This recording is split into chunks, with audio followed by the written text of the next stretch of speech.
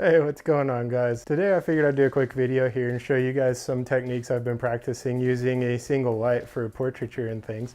I don't have any human models today, so we'll be taking some photos here with my dog's Buddy and Chap. Yeah, we're gonna show you some portrait techniques. We're gonna start off here and just using this single strobe. It's the Godox AD200 / eVolv 200 by Flashpoint. It's awesome being battery powered and portable and everything. I did a review video on that and I'll put it up top or in the description here so you guys can go check it out. So let's go ahead and get started here. As you can see, we're set up in our first technique, which is what a lot of people call Rembrandt lighting. So basically Chap here is gonna be my subject. He's positioned about 45 degrees away from the strobe. I want to keep it pretty close to him. My softbox isn't huge, it's just a 25-inch softbox.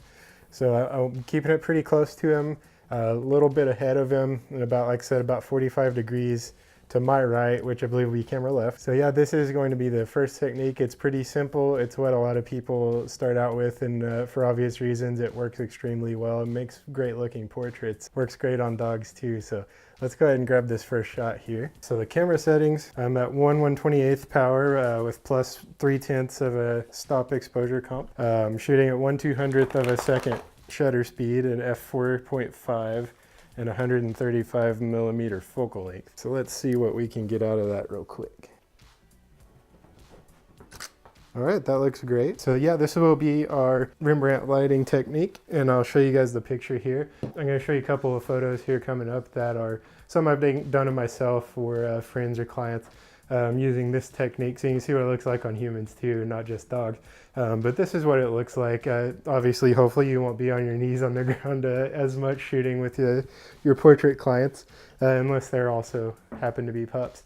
But yeah, that's technique number one, the side lighting or Rembrandt lighting technique. All right, so the next technique here, this technique definitely works better with people than with dogs, but I want to show you it anyway since Chap here's what we've got to work with. He's being a very compliant model today, so that's awesome. But this is an overhead lighting technique.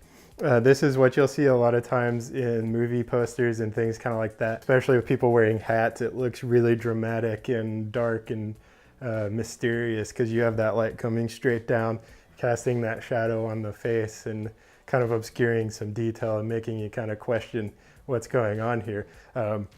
But yeah, it's pretty simple most of the time, but I just basically have it directly over Chap. So I'm setting a 1/8 power on the flash, 1/200th of a second, f4.5 and ISO 100. And again, 135 millimeters on the focal length.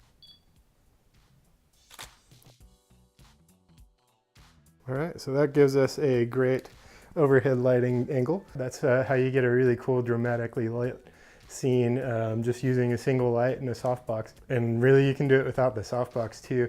It's just going to intensify those shadows even more. Anything you do with a softbox, if you take the softbox off, it just exaggerates everything more or less with the harder light. And it's also important without the softbox, try to keep it as close as you can to your subject. You don't want that old school party flash look typically if you're using stuff like this. And if that is what you're going for, then yeah, just shoot it. It's not too hard to get. Yeah, that's technique number two, directly overhead for that dark, mysterious, moody looking lighting. All right, so the third tip that I'd like to give you guys is kind of a combo tip. This one, if you're using the AD200, eVolv 200, the R2 trigger set will allow you to use high-speed sync. So in this one, it's not really a big deal.